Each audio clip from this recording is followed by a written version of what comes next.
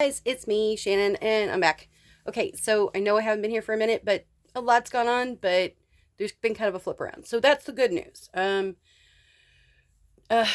Start from the beginning, as usual. I'm Shannon. I am the mother of a 15-year-old with Tourette syndrome, OCD, and anxiety as comorbidities, as well as dyslexia. And probably, depression, all the stuff that goes together. It all goes together.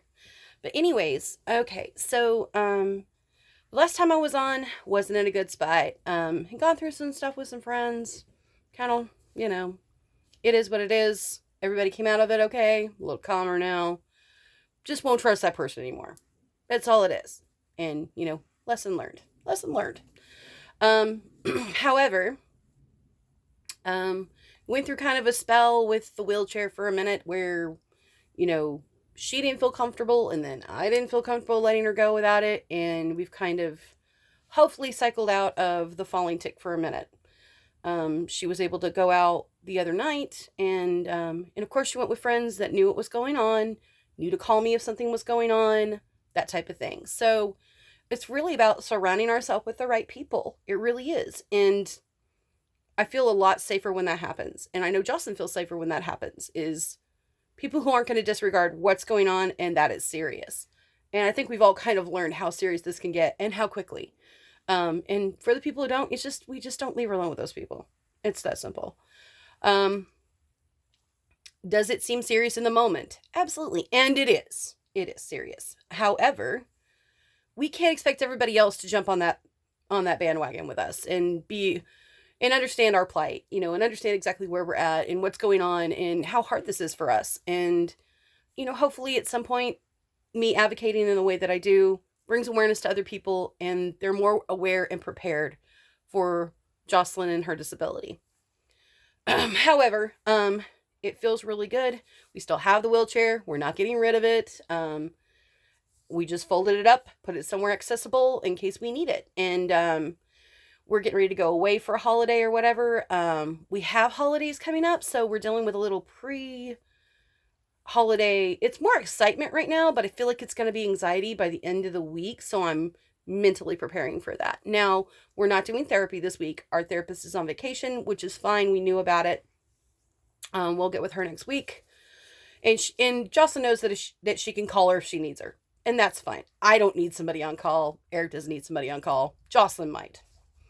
And that's what's great about our therapist. She's so good with Jocelyn and understands her needs in a particular way, even so much that she's willing to put her own needs second sometimes. And I don't know how much I like that, don't like that, but I know for right now it's the right thing to do for Jocelyn.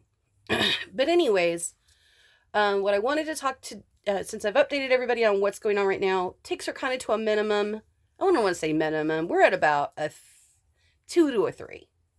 3 tops right now, which is great, because for like the last week or so, we were at like 7, 8, 9, 10 on some days in the last 2 weeks. And so it seems like every time we have a panic attack, the come down from that is like a couple of days where it's really, really hard. And then it starts to kind of ease off as she accepts whatever happened. And that's good. Would I like a faster rebound rate? Of course I would. But that's just not the way the world works right now for me. If we could only all get what we want. But anyways, we're looking forward to the holiday this week. We have a couple of dinners to go to. We're going to go to Jocelyn's boyfriend's families, who we're very close friends with. It's not like, oh, we're just going to Jocelyn's boyfriend's families. I just don't want to release names and all that stuff. That's not how I want to do this. And we're going to go have dinner with them. And then the next day we're going to have dinner with Eric's family, his parents and sister and their kids and all that stuff like that.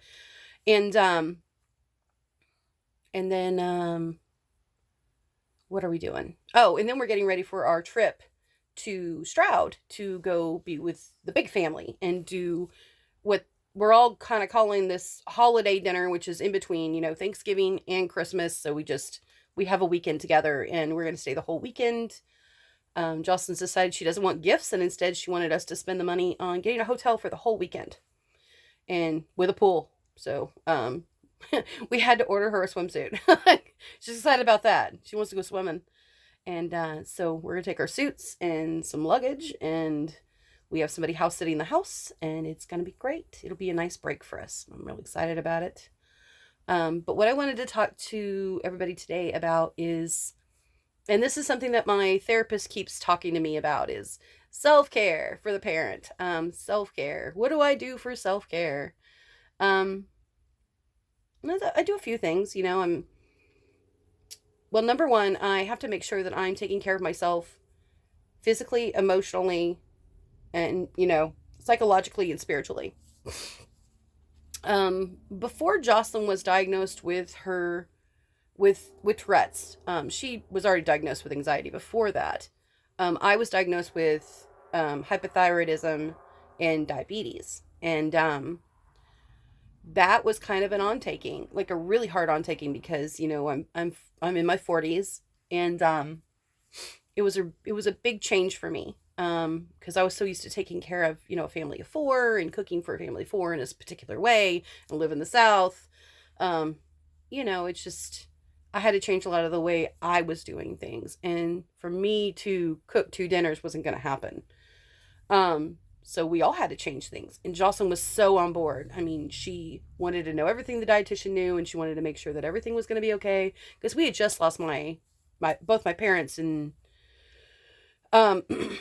we had just lost my father a few months before that, and then my mom about 16 months prior to that. And both of them were mismanaging their diabetes very badly, and I'm sure it definitely attributed to both of their deaths.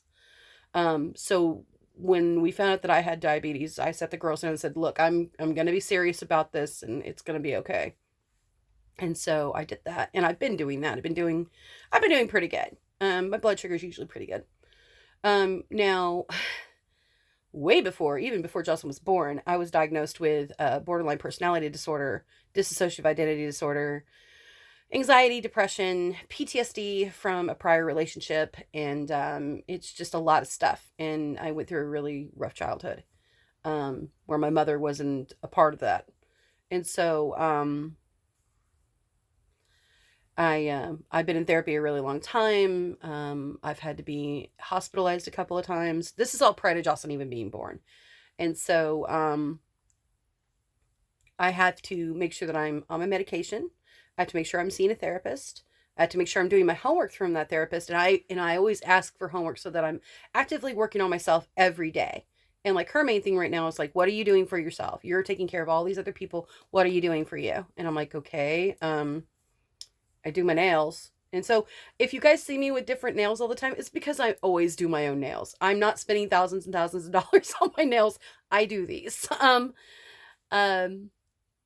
And so, and it gives me a way to be creative and all that stuff like that, where, and I get a lot of compliments on my nails. Like, I do them myself. And, it's a little brag that I get for myself, because I'm usually a really creative person, and I like doing things like that. And, like being able to kind of show it off. Plus I do my makeup and my own hair. Like, I do not spend a lot of money. I go to I go to sales and all that stuff like that. And I watch YouTube videos on how to apply it. And, all these pictures and selfies that people see of me on, on Facebook and stuff, of my makeup and stuff. I learned to do that by watching YouTube videos, by just watching tutorials on how to apply my makeup. I also get told a lot that I do not look my age. I'm 44. And you guys get me with no makeup.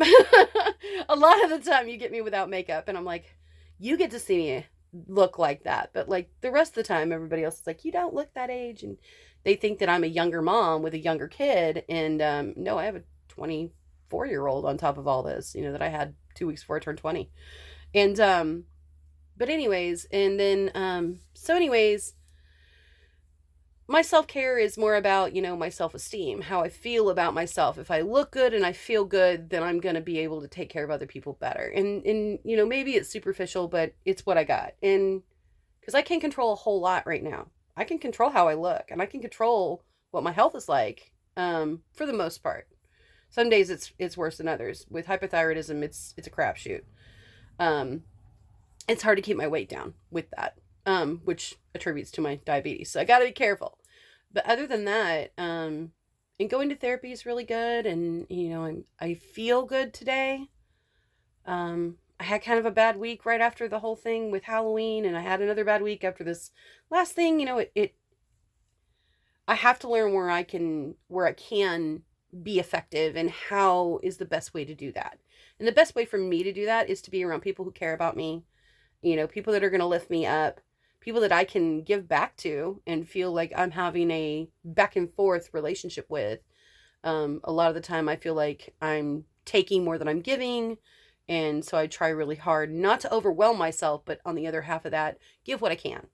Um, and the right friends are going to see that. That's the thing is like, if anybody's got a problem with it, it's, they obviously don't understand. And maybe it's just not a good thing for me to be their friend if I'm going to make them sour. Um, that's not my intention and that's not what I want to do. And I don't want to be that way for anybody. But anyways, I always know that there's certain parts of life where you need to be in each other's lives and sometimes to take a break from that because what's going on with you may not fit into their situation and vice versa. But that never means that you can't ever, reconnect at some other juncture and be okay with it and pick up like nothing ever, like you've never had space before. I have friends like that where I don't see them for really long amounts of time. And, I see them at Walmart or something and, of course we'll start talking and it'll be like no time has passed at all. I mean, we'll catch up very briefly and then, like, see, I gotta go and blah, blah, blah. I've been standing here with you for an hour. But it's so nice to have those types of friends that understand that you're so busy with what's going on. Right now, like my major thing right now is to try not to be as hyper vigilant because with Jocelyn because it's tending to make her more jumpy and of course I'm going to ask her how she's doing and if she's okay because the therapist told her to check in with me and make sure that she's communicating because there's times where she'll just isolate and that's not good for her. So I always make sure that even if she doesn't, I do. And, cause that's parenting. but anyways, other self-care thing I do is I do my singing. Eric and I try to make sure that even if we don't have a ton of money or whatever, we go out and we sing on Friday nights. We don't have to spend $1 million to do that. $20-$40 is enough. Usually, we can just get a couple beers and sing and come home and it's not even a big deal. It's just date night. Because we can eat at home and, those types of things. We don't have to, we just always decided that we never really needed to spend a bunch of money to be together. Because when we first got together, we had nothing. We were living with friends when we first got together. So yeah, I just want to make sure that we're making time for each other because we spend so much time doing things for Jocelyn. And if we start becoming business associates running, trying to just raise a kid together, it's really hard to be a married couple. And we want to make sure that that doesn't happen to us. And because we see so many people that's usually the beginning of their divorce. And that's not what we want at all. But anyways, I think that's it for today. And I was just going to tell everybody happy Thanksgiving. I don't know if I'll post again before Thanksgiving. I don't know if I'll end up posting after Thanksgiving. We'll just see what happens. If we have a bad time, then I guess I'll have something to talk about. Hopefully not. Maybe I'll have something great to report. Who knows? But anyways, I want to thank the people that have been commenting and messaging and liking us on Facebook or liking the business on Facebook and things like that they've seen. I may bring some buttons on and show you guys some things next week. I'm going to have a lot more stuff coming up for Christmas and things like that. Didn't really want to sell stuff on this. But I'll give a peek. And because I know I've talked about my business before, but that's not really what I wanted to do with this channel. But I'll bring something on and if it rings somebody's fancy, they can message me privately, but that's not what this channel is going to be about. Okay. Well, anyways, I will see you guys hopefully soon. Bye.